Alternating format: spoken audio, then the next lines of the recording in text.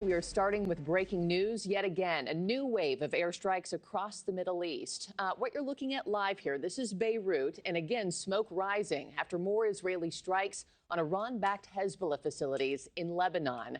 Coming to you live from our NewsNation headquarters right here in America's heartland. It is Wednesday, March 4th.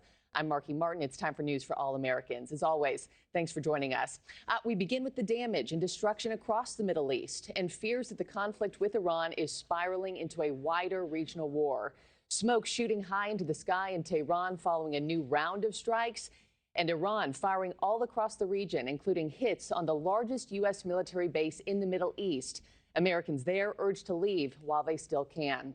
We are covering the political fallout of military efforts with Washington correspondent Tom Dempsey. But let's first get straight out to NewsNation international correspondent Robert Sherman, who's live for us on the ground in Tel Aviv. Robert, good morning to you.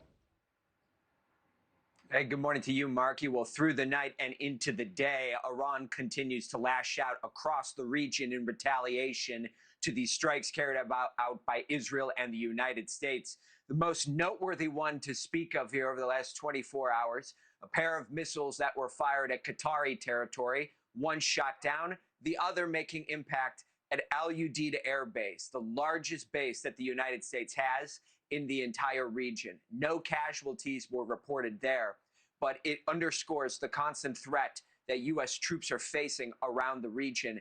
And not just troops, mind you, but diplomats and civilians alike. We also know of a drone strike on the U.S. consulate in Dubai that hit the parking lot just next to one of the buildings, sparking these flames that could be seen across the water.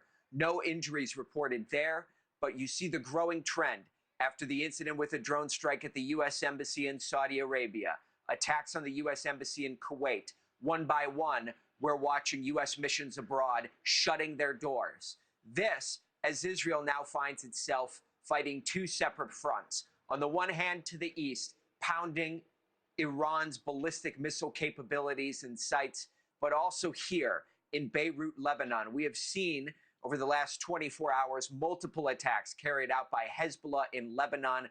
Those represent a different kind of threat in which the people here don't get the early warnings due to the geographical distance and the shorter distance traveled that Hezbollah's missiles have. Prime Minister Benjamin Netanyahu emphasizing that Hezbollah will regret opening up a second front in this war. The big focus that we're looking at here today when it comes to a military element, Markie, is limiting what Iran can put into the air. That includes drones. That also includes ballistic missile launchers, because those pose the most imminent threat to service members and civilians alike.